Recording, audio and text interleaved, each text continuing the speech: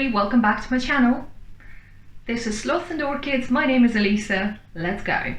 So today I wanted to show you my vintage book collection, and I would divide them all into three categories. Category 1 are the actual vintage books.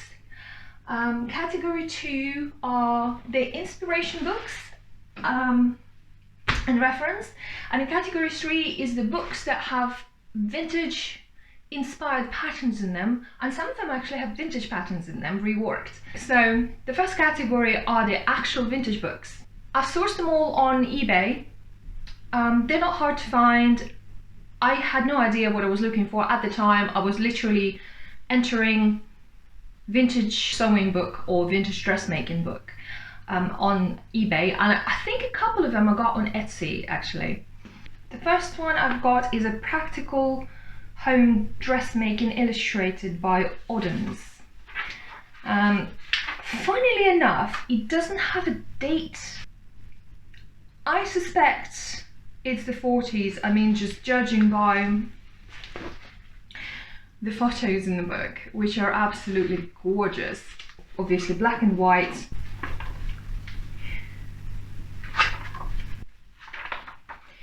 How to take measurements, 1940s style. How to build your block patterns, thank you very much. How to press, how to cut out, hand stitches, darts, and then all the techniques in here. And I think this one actually has the actual garment patterns in it. So if you build your blocks as per the beginning of the book, you can then make these garments. How cute is that? Yeah. Unfortunately, I don't have a vintage friend to help me measure myself and help me out with my sewing at the moment, but you know, you never know when the lockdown finishes. The position is open. Okay, that's that one. The next one is Encyclopedia of Needlecraft, also by Oddens. There's no date. It looks a slightly tiny bit more modern. The illustrations and the photographs. I would say this is the 50s, early 50s book. Just looking at the designs in here. Ah, there's some gorgeous things in here. Actually, you can just make this dress. I mean, it's more complicated than the first one, but one day soon. So that's that. And then this one also has like a little bit of accessories, a little bit of embroidery, a little bit of, I think it's a little bit of knitting, tatting, is that what it's called? Lace making. Look at that. Could learn that. So the next one is the Vogue sewing book. It's just super cute. It's got, look at the illustrations. It just takes you back. I'm completely obsessed with like the past, and if I could ever travel back in the past like a travel tourist, I would just totally go to like the 30s for a week, and then the 40s, and then the 50s, and just have a bit of a wander around, a bit of shopping, go for a meal.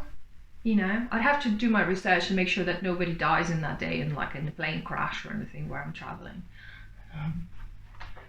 Yeah. And yeah, so this one has quite a few lovely pictures. Look at that. Cute, right?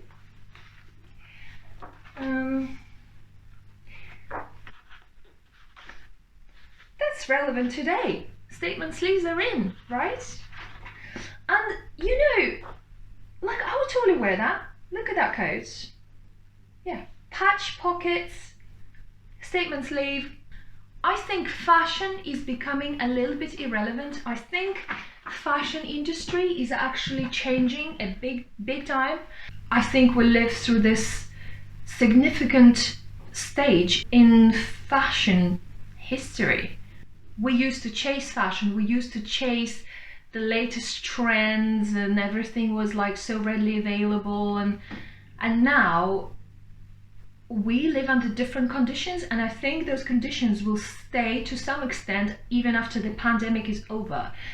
And I think during this time people slowed down and thought, what is fashion? Like, why do we need it so badly? And I think lots of people realize that it's better to have fewer things of a good quality that will last you for years. And that's what it used to be like in the olden times, in the 30s and the 40s. You know, they've had budget for a year, and they would budget for 2 blouses and 2 skirts and 1 coat and 2 pairs of gloves and 1 pair of shoes, and that's what they would buy. But those things would last them for years and years and years because they were such good quality. And I just love the simplicity of it. It's just something so charming about it. And I think in some ways we're going to go back to that.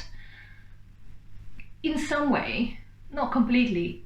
There will always be more clothes these days.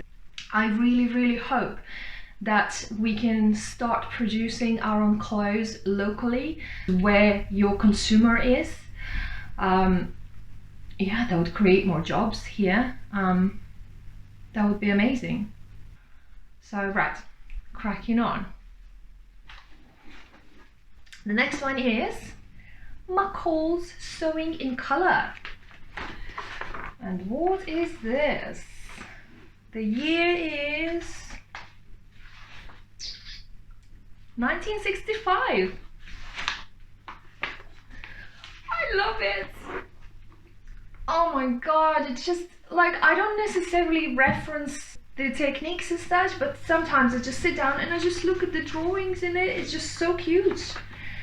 And people those days paid a lot of attention to what to wear according to the way you look, you know, like they really paid attention to what colors suit you. They had color cards and what silhouettes would suit different bodies, and you know, color combinations. And we don't have time to do that these days. We got so blinded by this.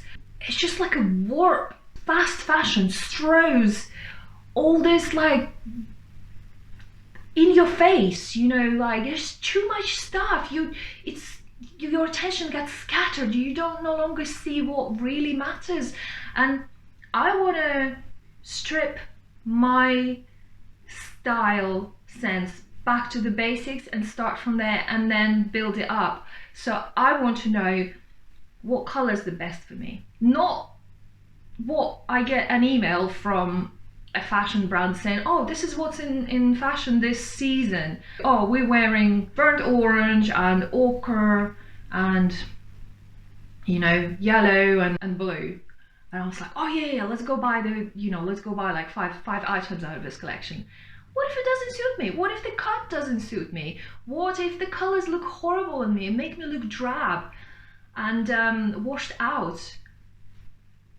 But it's fashionable. But is it though? What is fashion? Like, who says what the fashion is? To me, the fashion is what I like. To me, the fashion will be what suits me, not what other people say it is. Like, they don't care what suits me. They don't even know me. They're just firing out these marketing emails and they just want to make a sale. What do they care if burnt orange looks horrible on me? They don't care. But I do, and I can do something about it. So I'm going to educate myself and I can take you on this journey along with me. If you want to tag along, let me know in the comments and we can explore a bit more about how we can build our wardrobes to make ourselves look our best. Gosh, I'm really yabbery today. I know so much. I'm such an expert. Stick with me, girls. So anyway, lovely illustrations. So much in there. They talk about fabric types and then fiber contents and how to do different things. Love this book. Love them all. They're all my babies. And the last one is a single sewing book. And this little babe is 1954. Like, the earlier it goes, the more excited I get. Hello. Colors, right? Light blondes. Duh. Medium blondes. Duh.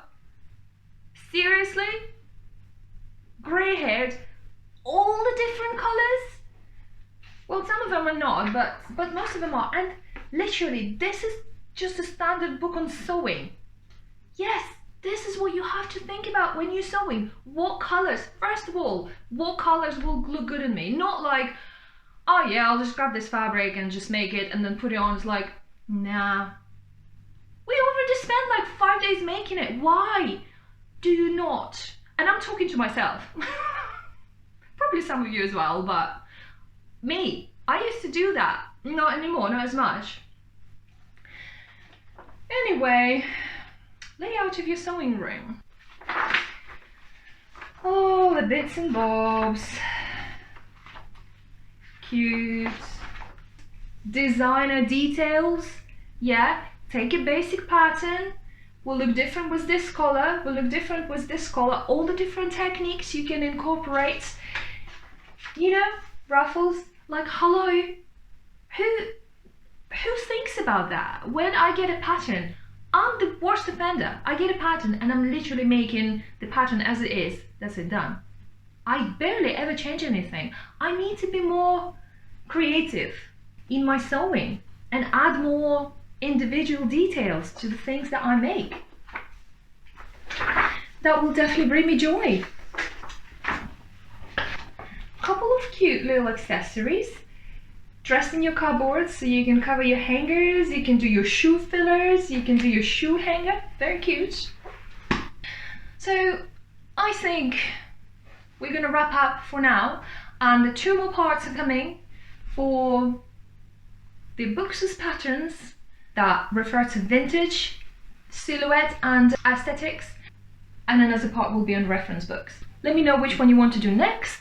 I hope I didn't overload you too much with my ranting, but I feel very passionate about it. I've been doing quite a lot of research on how your clothes represents your inner understanding of yourself and the way you want to appear to the world.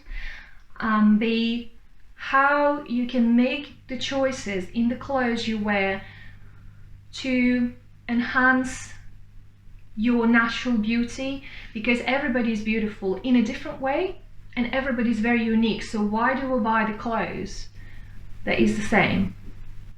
There's no two the same persons in the whole world. So why would everybody go in the same shops and buy the same clothes? Like, it would look okay on some people, but definitely not okay on some others, and we just don't know. And the third one is I researched quite a lot body shapes and different forms that we come in, what details and silhouettes and lines suit different types of bodies, and why it is important to us as sewists to know those things about ourselves and how to apply them when we choose what to make next. When we make our clothes, we are in charge. We already have that skill.